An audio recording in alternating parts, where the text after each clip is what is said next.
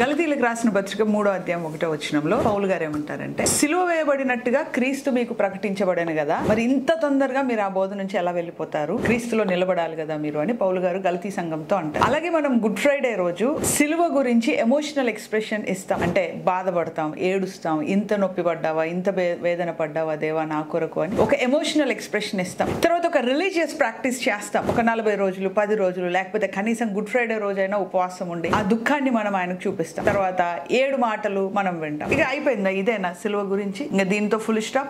మళ్ళీ నెక్స్ట్ వచ్చే సంవత్సరం వరకు మళ్ళీ ఉపవాసం లేదు, ప్రార్థన లేదు, ఏడుపు లేదు. ఇది కాదు దేవుడు కోరుకునేది. 7 మాటలు 700 సార్లు విన్నా మన ఆ దుఃఖ భావము, ఆ ఎమోషనల్ ఎక్స్ప్రెషన్, ఆ ఏడుపు ప్రతిరోజు ప్రదర్శించిన యేసు క్రీస్తును పోలి నడవకుండా, ఆయన సిలువెత్తుకొని మనం నడవకుండా ముందుకెళ్తే ఎన్ని గుడ్ ఫ్రైడేలైనా, ఎన్ని మాటలు, ఎన్ని ఉపవాసాలు ఏవైనా కూడా వ్యర్థమే. సో కాబట్టి క్రీస్తు సిలువ ఎత్తుకొని క్రీస్తును ధరించుకున్న వారములాగా, క్రీస్తును పోలి నడుచుకునే వారంలాగా మనం ఉంటే మనము జరుపుకునే గుడ్ ఫ్రైడే ప్రతిరోజు గుడ్ ఫ్రైడే లాగా మార్చబడి అనేక మందికి ఆశీర్వాదకరంగా ఉంటుంది. ఆమేన్. God bless you.